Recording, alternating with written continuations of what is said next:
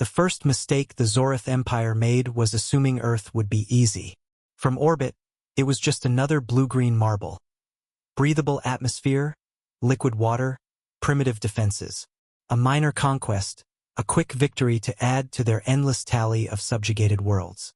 Commander Valek of the Zorith fleet smirked at the tactical displays. His fleet of dreadnoughts shimmered above the exosphere, their shields bright with stolen solar energy. Pathetic, he sneered. Their armies still use gunpowder. Their ships cannot even break orbit. This will take one cycle at most. His officers nodded obediently.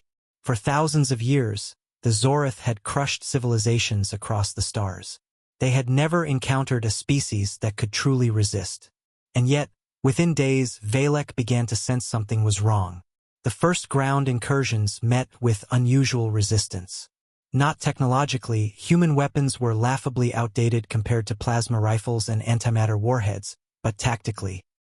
Soldiers fought in ways that made no sense to the Zorith, abandoning ground only to lure their enemies into traps, detonating bridges, and even sacrificing entire platoons to delay advances. One commander reported bitterly, "They refuse to surrender. Entire cities burn, yet they fight from the rubble. They fight with knives, fire, even their bare hands." Valek dismissed it as desperation. Every species had its death throes before submission. But then the sabotage began. Supply lines vanished. Drones were hacked. Entire mechs toppled in the night, sabotaged by locals who had no access to proper tools. Human children spread false signals that diverted orbital strikes into empty forests. Even Earth's wildlife seemed weaponized. Venomous creatures crawling into barracks, insects swarming energy generators, storms disrupting landing zones. And then came the unconventional warfare. The Zorith were masters of combat, but not of chaos. Humans poisoned food rations with chemicals too simple to detect, yet devastatingly effective. They spread diseases into the alien ranks, diseases their immune systems couldn't handle. One soldier's report, intercepted and later archived by the Galactic Council, was short and chilling. "They smile when they kill us. They take joy in resistance.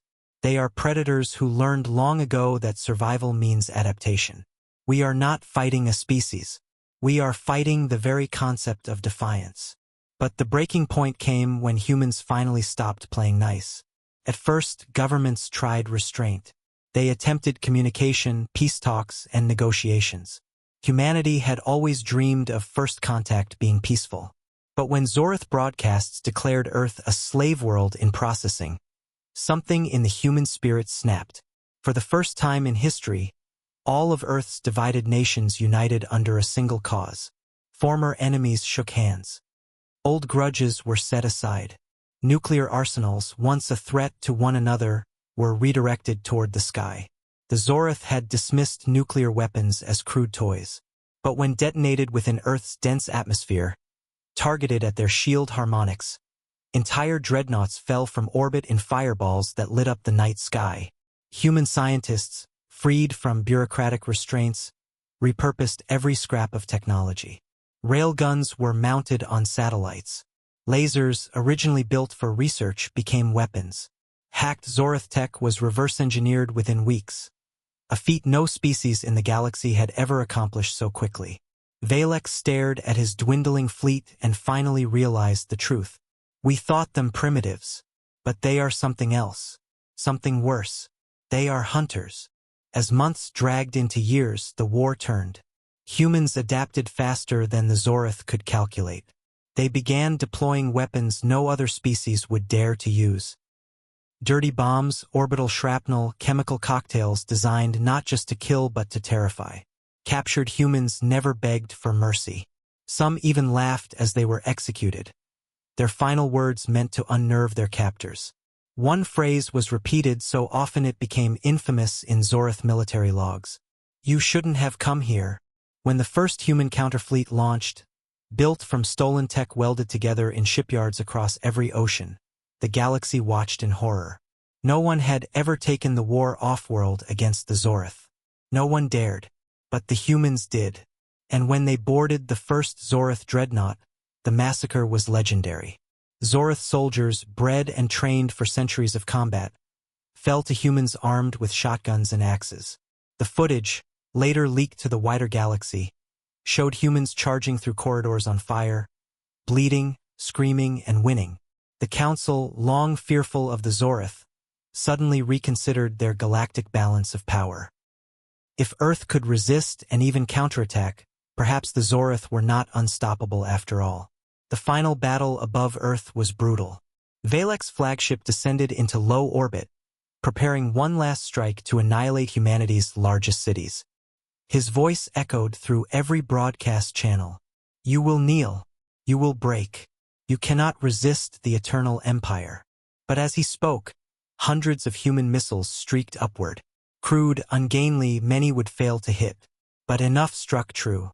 The flagship's shields flickered, then failed. And through the breach came human boarding craft. Commander Valek's last recorded sight was of a human soldier stepping through smoke and fire, helmet cracked, eyes blazing with something utterly alien to the Zorith.